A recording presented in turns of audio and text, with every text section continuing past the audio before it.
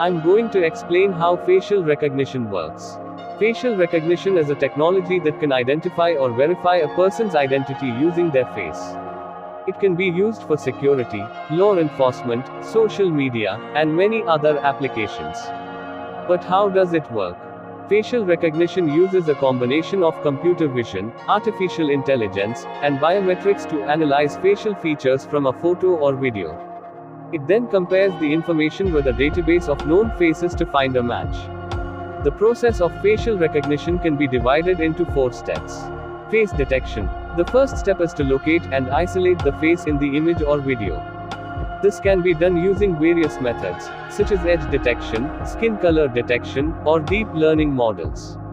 The face detection algorithm outputs a bounding box or a region of interest around the face.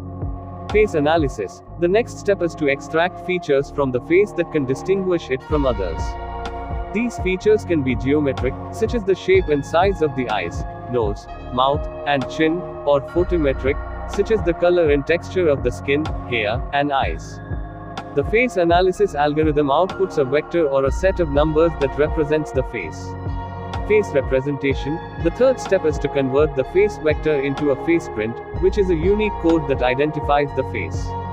This can be done using various methods, such as eigenfaces, fishy faces, local binary patterns, or deep learning models.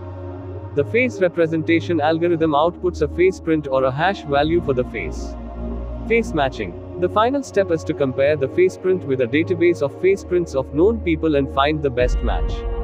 This can be done using various methods, such as Euclidean distance, cosine similarity, or deep learning models. The face matching algorithm outputs a score or a probability that indicates how similar the face is to the database. This is how facial recognition works in a nutshell.